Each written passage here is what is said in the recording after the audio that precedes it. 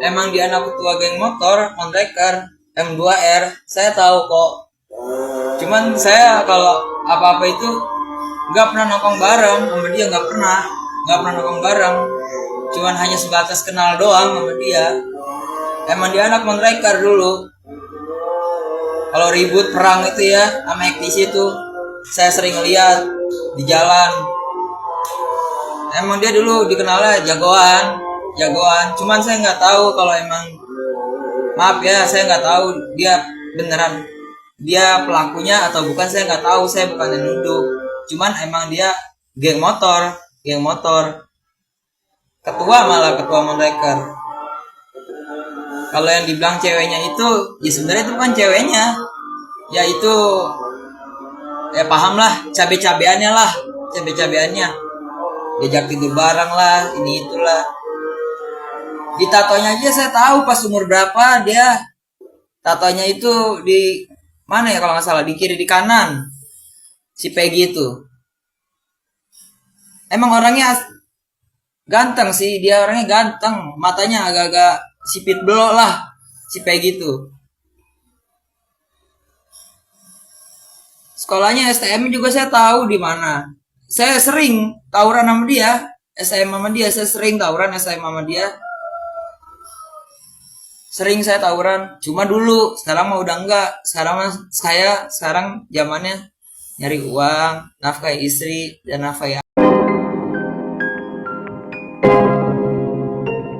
Hai guys, balik lagi di Uki Calvin Official bersama saya tentunya Uki. Gimana kabar kalian? Mudah-mudahan kalian dalam keadaan sehat walafiat dan dalam lindungan Allah Subhanahu wa taala dan selalu rezekinya dilancarkan. Karena sudah menonton, aku selalu mendoakan buat kalian semua, mudah-mudahan rezeki kalian yang kuatannya habis karena nonton video-video aku, mudah-mudahan digantikan dengan yang lebih banyak lagi guys ya.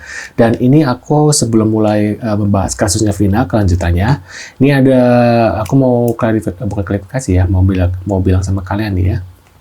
Kan kemarin aku sempat mau ngasih sesuatu sama Peggy, dan sempat juga aku bilang mau ngobrol sama si Peggy ya, tapi aku nggak ngobrol secara langsung bilangnya, cuma ngobrol sama Peggy. Nah aku tuh sudah menghubungi Kang Ferry nih ya, kan ada yang bilang kemarin tuh, Bang katanya mau ini mau ngasih. Saya sih sudah niat banget, sudah berusaha, dan ini aku kemarin terakhir tuh aku ngobrol sama Kang Ferry nih ya, katanya kan minggu kemarin kita mau ngobrol nih sama Peggy sekaligus. Ternyata nih kalian bisa melihat nih postingannya seperti ini guys. Noh, aku sudah WhatsApp sama Kang Ferry, nomornya juga ada di atas tuh ya. Nanti saya hubungi kalau sudah di tempat Peggy. Nah, saya kan balas lagi tuh, siap Kang tuh.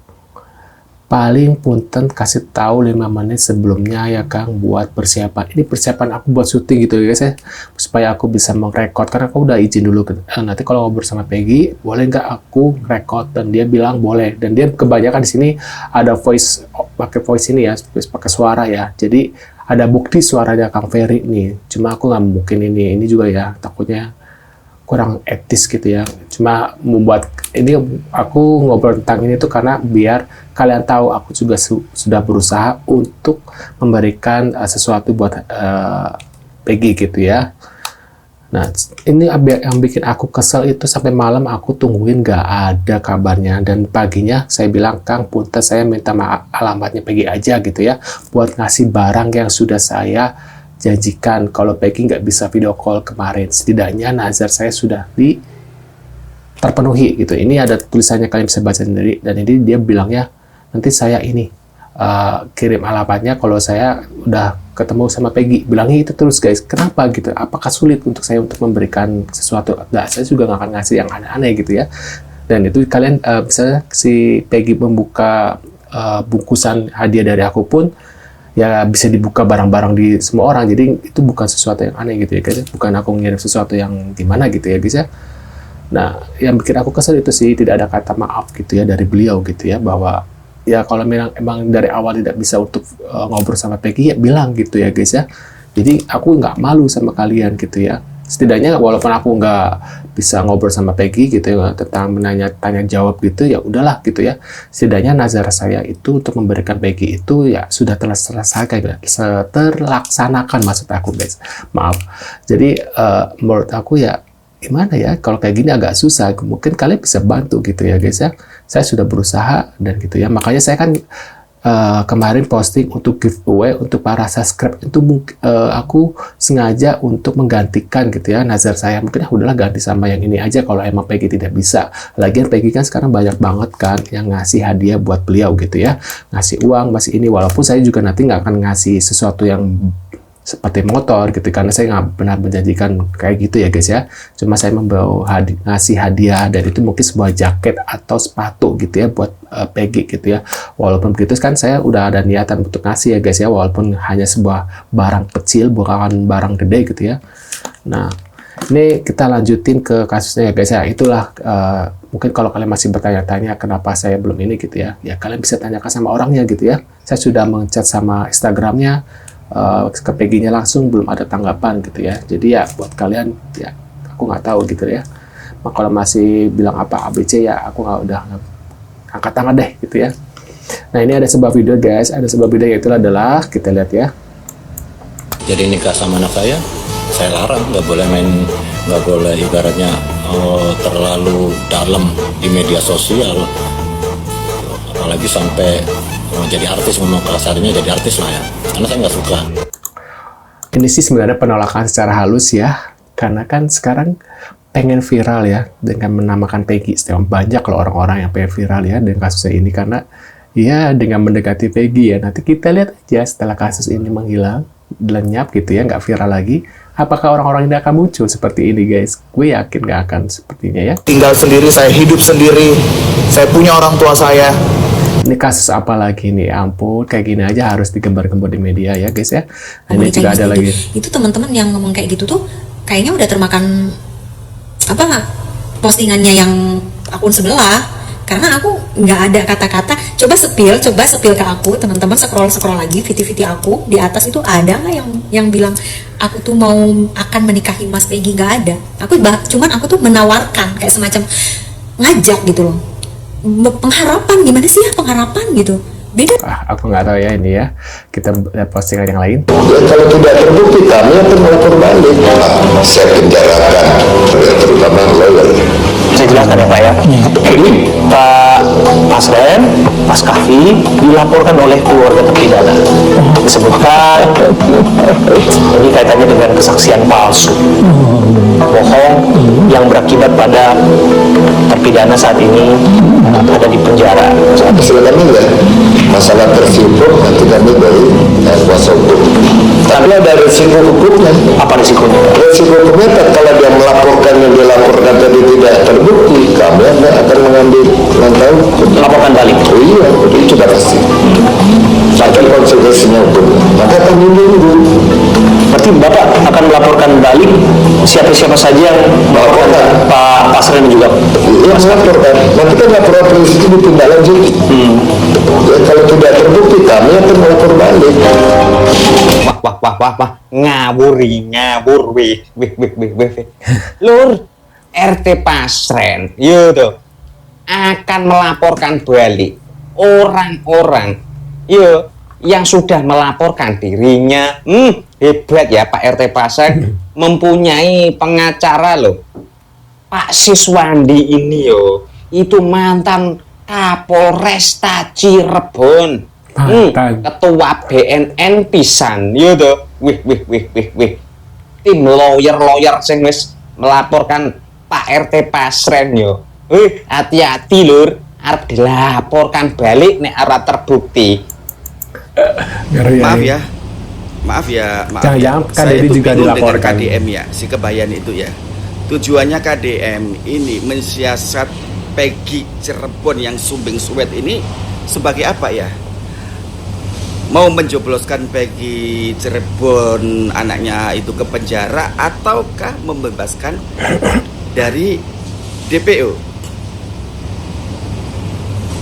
ataukah mencari nama? Dia ini mencalonkan diri ya mencalonkan diri sebagai wali kota itu atau sudah menjadi wali kota? Waduh, kalau itu aku nggak tahu ya, nggak ikut campur ya guys ya. Kali boleh ke komentar, aku nggak mau komentar. Oke Pak Siswandi, Bapak kabarnya ditunjuk nih jadi kuasa hukumnya Pak Pasren. Pak boleh diceritakan mungkin per kapan Pak ditunjuk jadi kuasa hukumnya? Terima kasih. Setelah beberapa kali kami ketemu dengan Pak RT, Abdul Pasren dan Mama Kafi, baru kami memutuskan tim kami dari Jagadara Sudah hilang gitu dari publik, seperti apa Pak mungkin? memang netizen semua bullying tuh menyatakan ya bahwa hilang, bahwa melarikan diri. Ternyata tidak. Kalau enggak kenapa itu ya? Ya, kalau mau jadi Bapak Gubernur Jawa Barat Bapak Deddy Mulyadi, jangan ngeblunder. Kenapa? Hitung angka kelahiran dari 1960 ke 1997. Pak Deddy Mulyadi harus mengetahui itu. Tes DNA yang macam apa yang begini? Itu tidak dibutuhkan seandainya ya Pak Deddy Mulyadi ya. Kasus ini DNA ini untuk kepentingan penyidik, untuk sebagai saksi karena dia belum dianggap sebagai saksi. Pak Cecep kuli bangunan. Kalau Pak Cecep ini orang kaya, nggak akan saya bantu. Karena Pak Cecep kuli bangunan, korek-korecok, sapoe kuli sapoe hente, saya bantu. Kalau Pak Cecep orang kaya. Nih ibunya, nah, Bu buka maskernya, nanti disangka Ibu foto di wajah lagi. Soalnya yang menjadi serangannya terhadap saya.